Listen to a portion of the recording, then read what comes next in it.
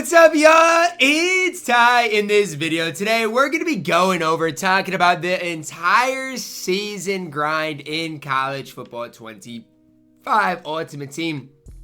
What it is, what to look at today, as well as, what's worth grinding, what's not worth grinding. Now, I went through, just grinded out 3 wins in the Frisco Bowl Blitz, and I'll show you exactly what I got from there. Talk about the new solo challenges, talk about house rules, everything there is to know about the new season. Now, where do I want to start? Well, I want to start with the grind today. So I think after your second win, after your third win, you just get 3,000 coins. But after your second win in Bowl Blitz, you will get this Bowl Blitz token. Now, I'm not going to add it to any of these specific things, but it's important to break this thing down. And if anybody asks you, where did you learn that? Tell them that you learned it from my video. But all you got to do is come in here 2 sets, and you will see all these different Bowl Blitz sets here. I do believe it should be in here at least. I'm not seeing it right now. But it should be in these Bowl Blitz sets. Now, realistically, there are a lot of different Bowl Blitz sets here. They are down here. You could just lock in, it for a 92 overall B&D Bowl Blitz player. You could lock it in for a 92 sellable Bowl Blitz player for 4 of them. You could lock it in for a 94 overall Bowl Blitz champion if you do get, what is this? You got to get 92 overall, so that's not really the set. That's just a different set. Or you could save 15 different Bowl Blitz tokens, lock it in for a 94 overall. Or you could say 20 of them and get a 95 overall. Now, these do reset each and every day. So every day, if you want a free 95 overall, I would recommend, if you play a lot of head-to-head, go in here, grind a couple of Bowl Blitz wins, and boom, you will claim a 95 overall for absolutely free by the end of it. So that's the Bowl Blitz. Again, you get some stadiums, some coins along the way. It's a fine grind. Nothing that is crazy, but it is a fine grind. Now, we also do see round 2 of the Goals Gambit. Now, what is in here? Well, you do get a Matthew McDoom 91 overall player card, as well as some coins along the road. You get a decent amount of coins, a couple of 88 pluses, a 91 overall B&D player, and all it takes is 15 wins. I grinded out round 1.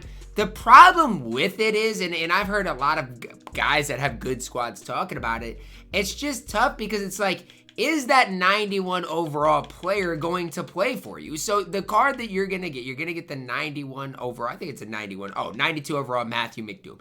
This is the card you do get if you grind the Goals Gambit. And this card's 5'11", good change of direction. He's a solid corner. If this card can help your squad out in a big time way, sure, grind it out, do what you got to do. I just have a hard time at this stage saying that this is worth doing. Again, you get some coins, you get some other things along the way. I wouldn't necessarily highly prioritize getting this done unless you really enjoy house rules. Like if you really enjoy house rules, again, you get some decent coins, you get some solid cards to add to your squad. But unless you pull like a 93 or something overall, it's tough to really say that that is going to be super worth it. You can grind it if you want. It's just not necessarily my favorite things. Solo season, it's important to know All-American seasons have been back for the last week. This is your best way to make coins as well as grind your season levels. Grind All-American seasons if you are wanting to level up and make coins in a big time way. Now, let's go. Let's talk about solo seasons. What is this? How is this worth you guys playing or not? So, Tower Valor, new thing added into the game. You can get Ridge Tejada right now, as well as you can get the wide receiver 94 overall Kelly if you do complete this. You got to complete this first. Again, you get a couple of 87s, 88s, some 93s. And honestly, for beginners, I would grind this about before anything else. I mean, again, they said that this is going to be somewhat difficult to do, but it doesn't look, at least to me, like this is going to be super difficult to do. So again, that's me talking to you guys. I don't think this thing's going to be super difficult to do, but maybe it will be. I don't know. But I do think, it's going to be a decently long grind. It at least looks like in my opinion. But I don't know how long this is going to take. It's not something I'm probably going to personally play. However, if you are just starting the game, it could be worth your time to go and grind that. Now, as far as the Nightmares challenges, it's not something I grinded. I personally don't think a lot of that is worth it. That's my personal opinion. You guys might agree, you might disagree. Now, as far as the new trophy players, I'd strongly advise against saving trophies for Tobias Fletcher. I don't think the card is that great. If you want to know what I think is worth it as far as the trophies, well, I really like Jack Barton. I think he's one of the better right ends in the game. And then if Stephen McBride can help you out, go ahead and get him. Same thing with Adam Watkins. But I'm not the highest on a lot of these cards. I do think heading into next season, Jack Barton is going to be your best. So for you guys out there, I'm probably going to get Jack Barton and then save the rest of my trophies until they come out with those things to make a little extra coins. That's what I'm going to do. Now, is that what you got to do? That's totally up to you, but that is my personal recommendation for you guys. Again, I just have a hard time seeing, it be worth it to go, crazy and ultimately with your trophies. I think the best thing to do is to just save them if you do have them. Now, as far as the new, season 4, is there anything else that is worth it? Normally, we do see kind of a season 3 pack or a starter pack to hopefully help you guys out. So this starter pack for season 4, here's what you guys get: a full B&D lineup containing 184, 485, 686s, 687, 688, 489s, and 90 overall KJ, a 90 overall Ed Reed. I mean, could this be worth it? I mean, it's not bad. If you are just starting the game, it honestly is a pretty good value for what, 25 bucks. It's not the worst value in the game. However, I don't know if I would recommend it. Again, it's not a bad value. Do what you guys have to do. I just really don't know if it is worth it. Now, as far as these opportunity packs, I open these things up. However, I personally have pulled nothing out of these things. So do what you guys got to do. I mean, they're 1,500 coins, so I'll open them. They're cheap enough. But I just want you guys to know I've been opening these packs for week after week after week and have yet to pull anything special out of that. So do want to make that known. I do not think those packs are worth it if you are just starting the game, as I did just get to level 2. Now, let's go over and let's talk about the Season 4 Field Pass. 42 days long. Obviously, I gain a few more yards. I'll get that XP. Now, as far as the rest of this XP, you guys can see can happen in head-to-head or solo seasons.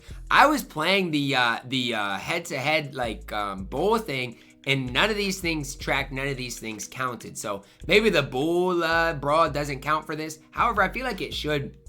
If you play champs, a lot of those things will get done decently fast. But there's already a lot of objectives just waiting to be redeemed. Here you guys can see if you play 2 games, that's where you're going to get your bull token. You get 20 of those. You get a free 95 overall, which is crazy. Like, that is really what I would recommend. But along the way, guys, you get so rewarded. And if you don't want to grind anything specific, guys, grind towards level 50. You get Dylan Sampson, you're going to get a ton of things along the way. That is something that I am pretty passionate about. 152,000 for Sampson, 212 for level 60, which I'm going to try and achieve this season. Now, if you missed it, earlier today I did upload a video if you got the Season 3 token talking about which of these Season 3 cards are worth you guys upgrading. So, again, go through, watch that. I talk about whether Trey White, Pat Bryant, Siobhan Revel, Nick Emery, who is worth using that Season 3 token on. I have a video talking about that. As far as the auction house, honestly, guys, I don't know what to expect because this season we're going to get more content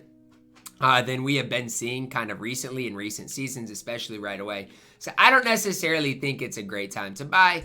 I don't necessarily think it's a great time to sell either. So it's just kind of a weird stage with the auction house right now. So I would just encourage people to be patient. It's what I normally encourage people to do. Be patient in the auction house. If you're patient, you're going to have success in the long run.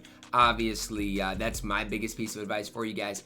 Even a guy like Jeremiah Smith, honestly, I don't mind him for his value. I know a lot of people don't love Jeremiah Smith for his value, but I really don't mind the, if you can get him for like 800K. A lot of these other cards, these Season 3 cards, honestly may go up. So, like, I actually at this stage wish I had a Danny Stutzman. I'm going to keep an eye on him, see if I can snag one, but he's probably going to get more and more rare. Same thing with the left tackle here.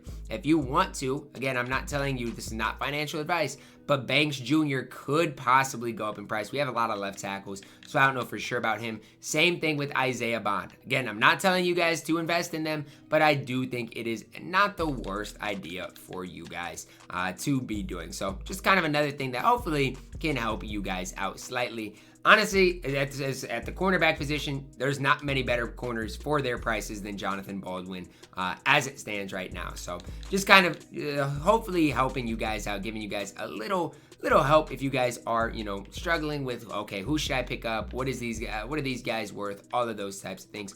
Hopefully this video can help you out. There was obviously a pack glitch yesterday. General Booty was super cheap, as well as Major Burns. All of these cards got super cheap. Obviously, you guys saw my coin count go way up because of that. So trying to take advantage of that as well. But more free cards people get. The auction house probably will slowly go down, but I think it will take a little while to do. My overall thoughts of Season 4, there's a lot to play. Every single day, I'll grind this Bull Blitz. It does reset every day. At least I think I would check your challenges before you grind it tomorrow.